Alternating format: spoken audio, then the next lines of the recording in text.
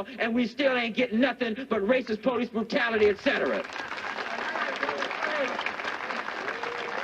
We are against oppression. The Black Panther Party has its roots with the start of World War II in 1939. 2 years later, the United States gets involved after the bombing of Pearl Harbor. This begins what is known as the Great Migration, where African Americans moved from the southern United States to the north and west to seek better economic opportunities and to flee the racism of the South. 2 of these people who moved were Huey Newton and Bobby Seale. They came from Louisiana and Texas, and both moved to California. However, they realized that their economic conditions did not improve once moving from the South, and they still experienced racist policies in the North and West to their immense disappointment. Move forward a decade, and Brown versus the Board of Education is decided by the Supreme Court, which officially rules that segregation is unconstitutional. A decade later, the Civil Rights Act of 1964 passes, outlawing discrimination based on race. However, racism still found a way to stay. One of these ways being white flight, where white people move from the inner city to the suburbs away from black people, as shown in this chart. And if there's too many colored people around here, I definitely will get out. One of the main reasons was because it was a white community. And we understood that it was going to be all white, and we were very happy to buy a home here. Dissatisfied with the moderate reformist black civil rights movements, the Black Panther Party was founded. They were originally focused only on the issues of African American men, originally believing women were subservient to men. However, they quickly became believers of intersectionality and became supporters of the working class, women, anti-imperialist, and gay rights movements. California at the time allowed people to carry arms in public as long as they were not concealed, so the Black Panther Party began patrolling their communities in response to police violence. California, in response, passed a bill that would prohibit the public carrying of loaded firearms. Although it applied to all Californians, it was meant to target the Black Panther Party. The Black Panthers protested in response at the State House.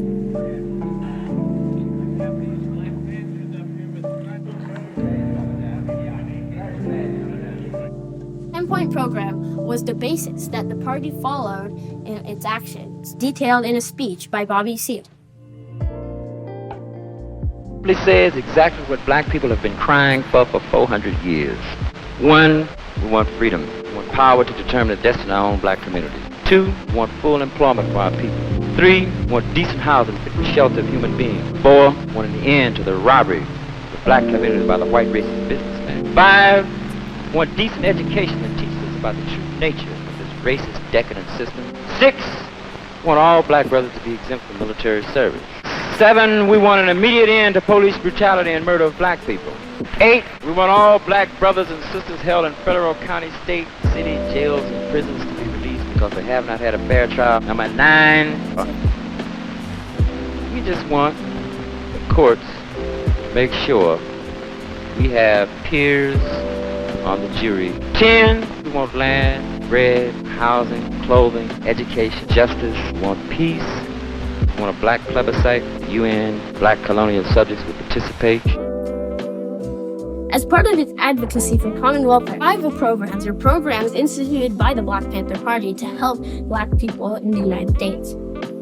It created more than 60 community programs that not only served black, but also poor white and other races, including healthcare, free clothing, childcare, and others. The most well-known program was the free breakfast program, providing free breakfast for children before school.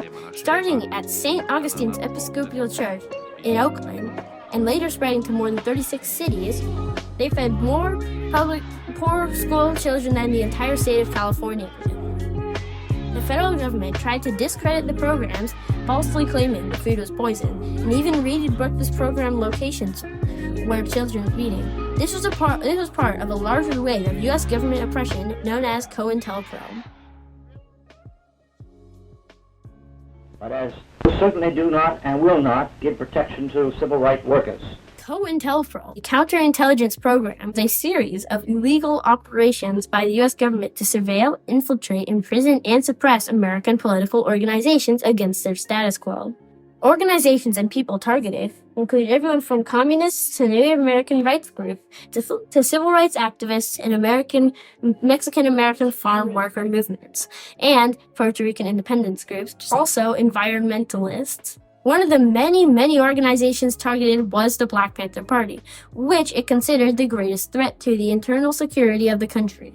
Continuing on COINTELPRO, the U.S. government had used various methods to suppress the Black Panther Party. One of them was using divide-and-rule tactics, such as sending false letters to the Black civil rights group called the US organization, saying the party was plotting to murder the head of the US organization, which it never was planning to do, and other false letters being sent to both organizations, claiming the other organization was plotting against them. This eventually led to a gun battle between two groups, resulting in the death of 2 Black Panthers.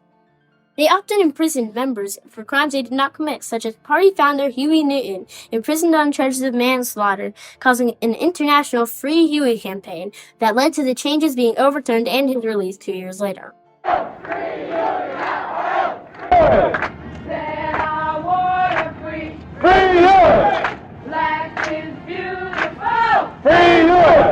They also raided many Black Panther Party members' houses and apartments with little to no evidence of criminal activity from them, including the murder of Black Panther Party leader Fred Hampton. Fred Hampton was deputy chairman of the Black Panther Party, well known for his charismatic speeches and attempts and successes at non-aggression amongst civil rights groups countering the U.S. government's divide-and-rule strategies. He also led the Rainbow Coalition, a broader alliance between not only civil rights groups but other left-wing movements. We are for stimulating revolution in the mother country. And we've said that we'll work with anybody and form coalition with anybody that has revolution on their mind. We're not a racist organization because we understand that racism is an excuse used for capitalism. We don't hate the white people, we hate the oppressor, whether he be white, black, brown. The government saw this as a threat to their intent to crush the Black Panther Party, as going to do anything to neutralize this threat.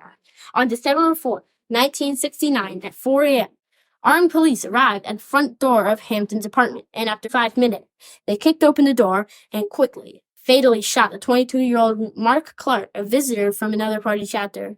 They then shot at many other members before shooting at Fred Hampton and his partner's bed, before successfully killing him. Police removed the body from the scene, and the surviving Panthers were arrested. However, afterwards, the police had lied and denied that they murdered anyone, instead claiming that the Panthers shot at them and that the resulting shootout killed Hampton. The raid testified that they were fired on from 4 different rooms in the apartment by shotgun. And before I could get past the threshold, there were 3 shots fired from the rear bedroom. The attack by the Black Panthers on the police clearly demonstrates the true character of the Black Panther Party. The police had gained assistance in the murder by the FBI and secret informants within the Black Panther Party. After one of the Black Panther Party's top leaders had been murdered by the U.S. government, the party had experienced paranoia over possible U.S. government spies within their organization had led to the murder of Alex Raffling, a Panther suspected to be a U.S. spy. It is still not known if he truly was a spy, though. A split also emerged within the party. Should the party focus on social services or be focused on engaging in conflict with the police and militancy? Internal fighting over this issue led to expulsions of members and the foundation of the militant Black Liberation Army, a splinter group of members who thought Panthers had been too reformist and moderate in its faith. Many members had either left or were purged from the party during the infighting, including one of the founders, Bobby Seale. The party, ripe with their internal infighting, an ongoing propaganda war by the U.S. government, and much of the leadership dealing with drug addiction problems, dissolved in 1982 with no official successor. While the Black Panther Party is gone now, much of its ideals are now staple parts of society after its dissolution. California last year became the first state to implement a program giving breakfast to all children, similar to the free breakfast program of the Black Panther Party. Many current activist groups also claim inspiration from the Panthers.